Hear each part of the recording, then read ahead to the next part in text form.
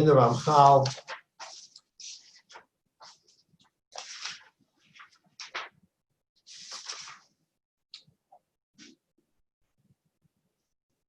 We're on page 45 for those who are following the page numbers in the Rav Friedlander version.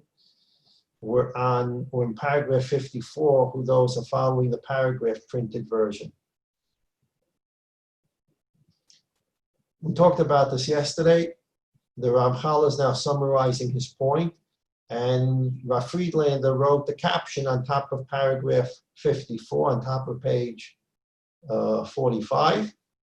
What is the summary? This is the summary by Rav Friedlander of the Ramchal summary.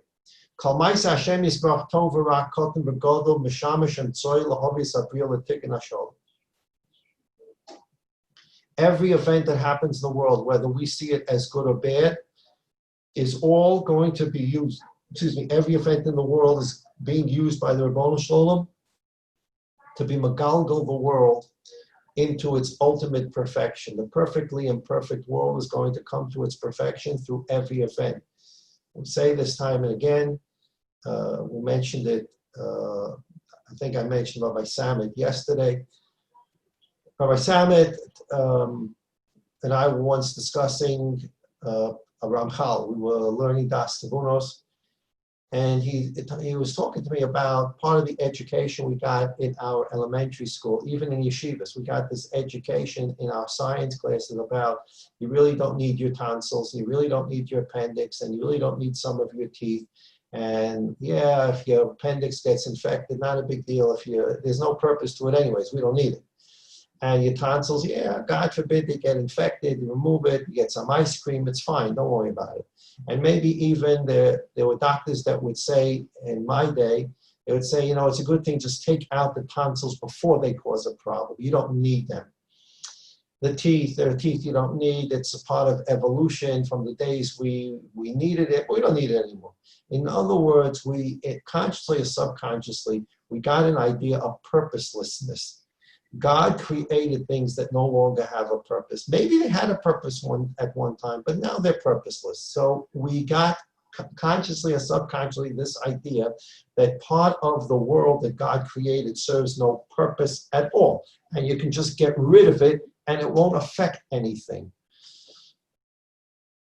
Well, I think they call it, I don't know if it's in physics, they call it the butterfly effect. But it's just a muscle. A butterfly flaps his wings somewhere in the Amazon, and that causes a little wind. And that wind meets up with a little more wind from some other butterfly. And before you know it, halfway across the world, the winds grew, and became a hurricane. But nobody knows that hurricane started as a butterfly flapping his wings. The point is, everything that happens in the world is going to be used and is used by the Ribono Shel Olam for an event that we don't see yet, we don't understand yet, but it's all going to come together in a puzzle. Every piece is important. Every world event is important. People a lot of times write off politics. They say, and politics is probably well worthwhile writing off as a study, because there's nothing to study there except man's ability to confuse and lie. It's not an art there any longer. But the idea of, let's leave the word politics, the idea of the news is very important to Klal Yisrael. I'll give you an example. I've used this example many times in Shir, and it's a very valuable example because you can't find it in the Sefer all the time. The Chedushei Harim, my father, Zechron Tzaddik Lebracha, left me some svarim, and one of the svarim that I was able to get was the Chedushei Harim ala Torah, the first Ger Rebbe's sayings on the Torah. Okay. And for Purim, we'll be talking about Purim in a couple of minutes when we talk about Shiva B'Tammuz. Trying to whet your appetite, give me a couple of more minutes. Yeah, Shiva B'Tammuz and Purim. So I'm learning through my father's Chedushei Harim, and I come to Purim, and in Purim, the Chedushei Harim has the following statement. Go back in time. Imagine you're in Shushan Habira in the time of Mordechai and Esther, Haman Achashverosh. You're there. And Shushan is a capital city. Many Jews live in Shushan. We know when Ahasuerus threw his big party in Shushan, many Jews were at the party. And according to one Shita, that's why the Gezerah of Haman came about, because the Jews attended the party in Shushan. It's a metropolis, a lot of Jews. No doubt, if there are a lot of Jews in a city, there's a kollel. You're not going to have a Jewish city without a kollel. And so it's the day that, remember, close your eyes, imagine this. You're in the kollel of Shushan Habira, and some yid opens the kollel door and runs in to the middle of the Beis Medrash. He interrupts everyone that's in the middle of learning, and he says, "You got to hear this. They just executed Vashti." A bunch of fellas get up, physically remove him from the Beis Medrash, and put him on the sidewalk and give him a warning. Don't you ever disturb the Beis Hamikdash with news or politics. We don't need to know what's going on in the palace. We don't really care. A couple of years go by, about 7 years go by, and Esther, in conjunction with Mordechai, with the help of God, obviously, Siyata Dishmai, they save the Jewish people from extermination. Now you look back. That Jew who you thought interrupted learning on that day 7 years earlier, when he said they just executed Vashti, nobody understood that this man is telling me a little piece of news that's going to eventually lead. It's a puzzle piece. It's a little puzzle piece.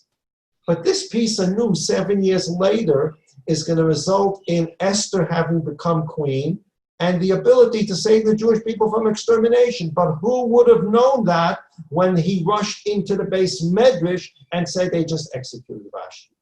So we need to understand that events that happen in the world, as topsy-turvy and as chaotic we think they are, the Daas Tevunos is here to explain to us there's no chaos. Everything is done with a perfect cheshbon, and events that we say we could care less about, we don't care about, not nogea me. We talked about this last week in Parshas Balak. All these events are nogea, Klal Yisrael. There's no event that happens in the world and it's purposeless. There's a purpose for every event. And every event, even if it looks like chaotic, the Rebbeinu Shalom is going to move every event, and it's going to turn out to be part of the Geula. Again, one of the three Rabbi Friedlander's examples that we gave several times. The brothers want to make sure that Yosef's dreams never come true. They don't want to hear from Yosef again. He's got these dreams about everyone bowing down to him. We don't want to hear from him anymore. And we're going to make sure that we don't hear from him anymore. We're going to make sure that his dreams never come true. No one's bowing down to him. You know how we're going to do that?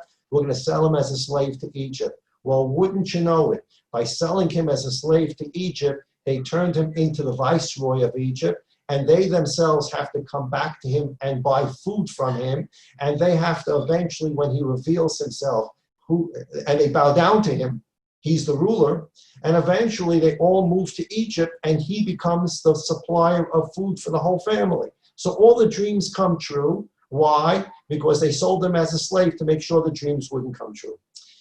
The Rebbeinu Shalom's plan is a plan. It doesn't make a difference what mankind does within that plan. God is going to take human events and human conduct and is going to turn it into the Geula Shalema.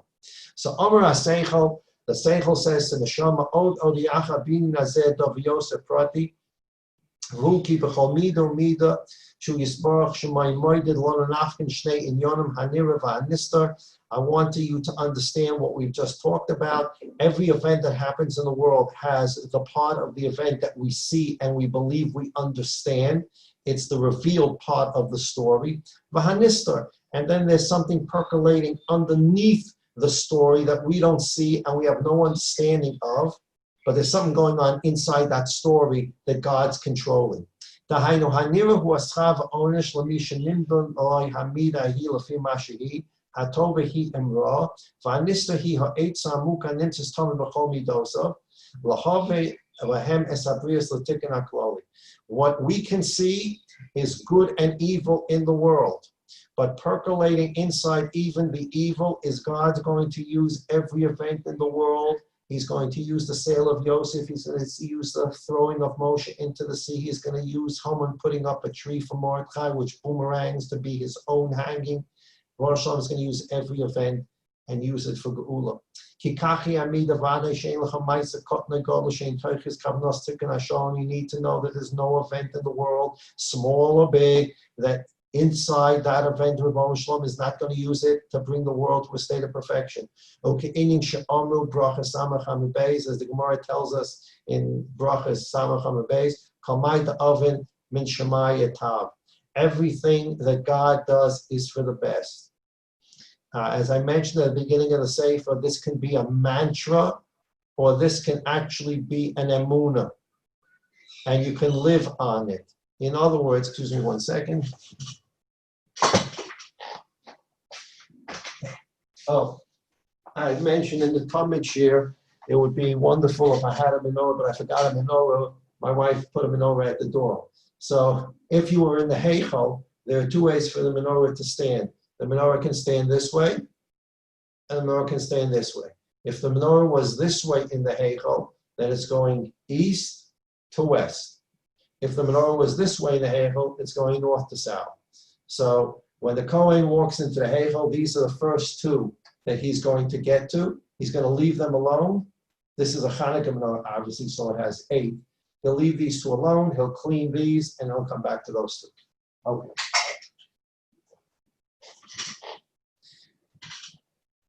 We have mantras that are not healthy.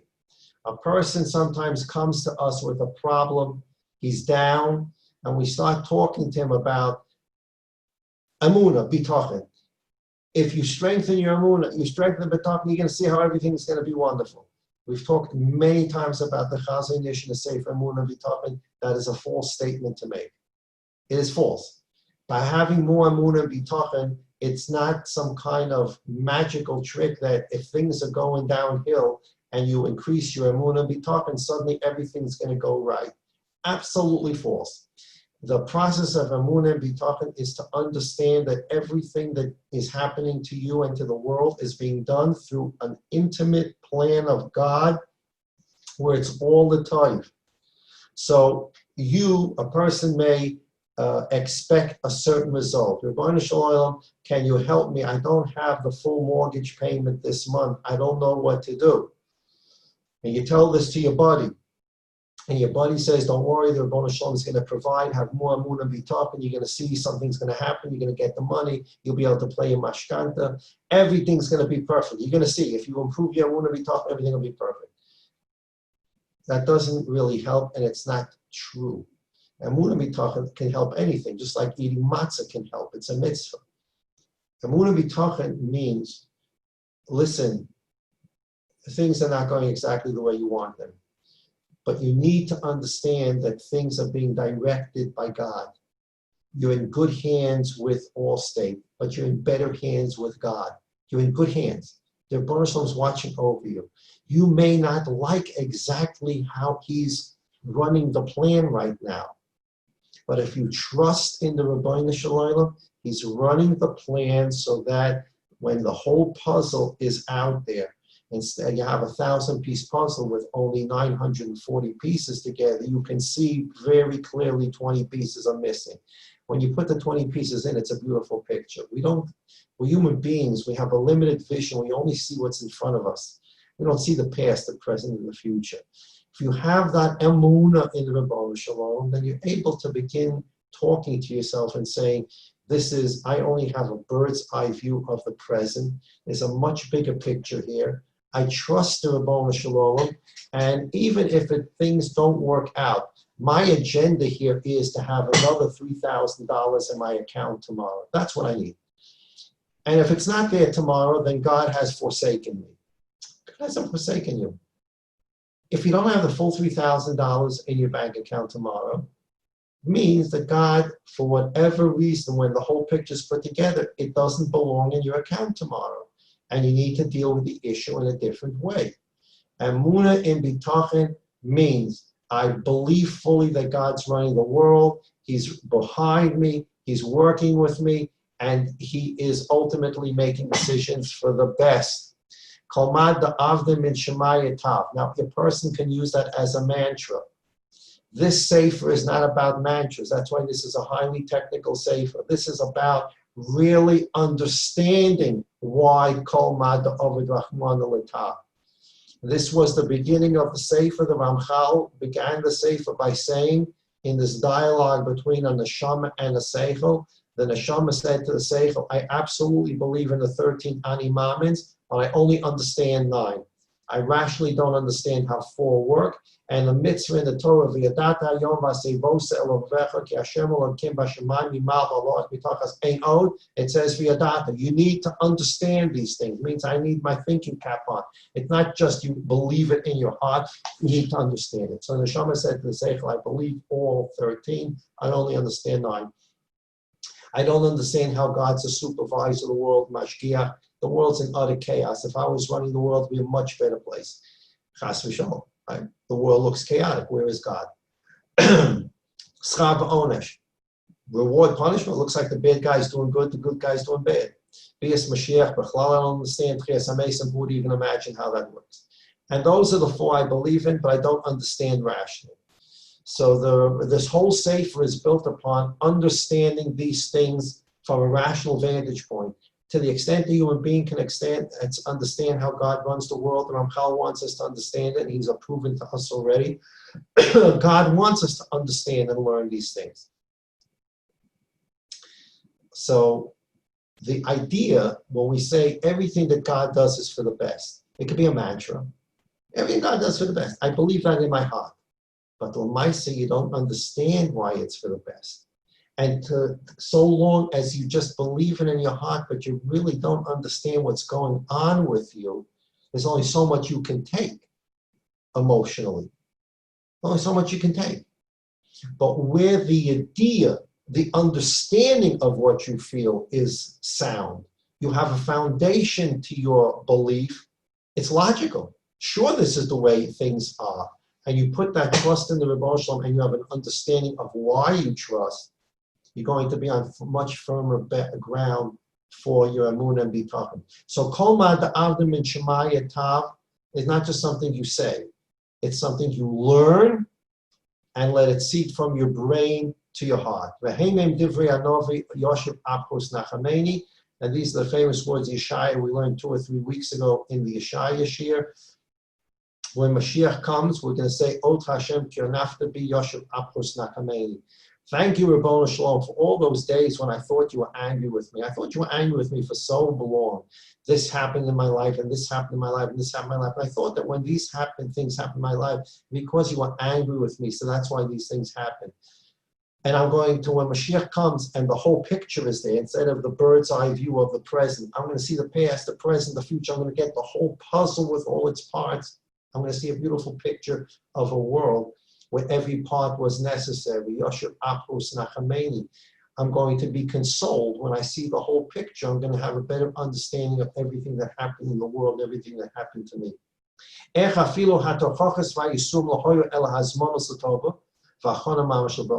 going to see at that time how all the trials, the tribulations that we went through in life were preparations for a better life, for a better place. And a preparation for bracha. HaKadosh Baruch Hu in the roads of Batikim B'Yasa, HaKadosh Baruch Hu only wants to be masakin, he wants to perfect the imperfect world. The Rebbe Shalom does not take Rishoyim and just trash them. He gives Rishoyim many opportunities to do tshuva and get close to him. The Rebbe Shalom doesn't want to trash anything. It's the Rebbe Shalom's world. He doesn't want to trash an event. He's going to use it. He doesn't want to trash Rishoyim. I don't need this guy. I don't need it. Well, if you didn't need the guy, why did you create him for? The Rebbe Shalom is nothing called purposeless. What did you create the guy for? Let's not get into the Hitlers and the Shemelnikis, okay? That's a whole separate conversation. All these people are used by the Rebbe Shalom. God doesn't create something he doesn't need. Ela adarab, just the opposite. Mitzarfim b'kur lehitaken. God sometimes has to purge us from our faults so that we become perfect. And we come out pure silver, pure gold.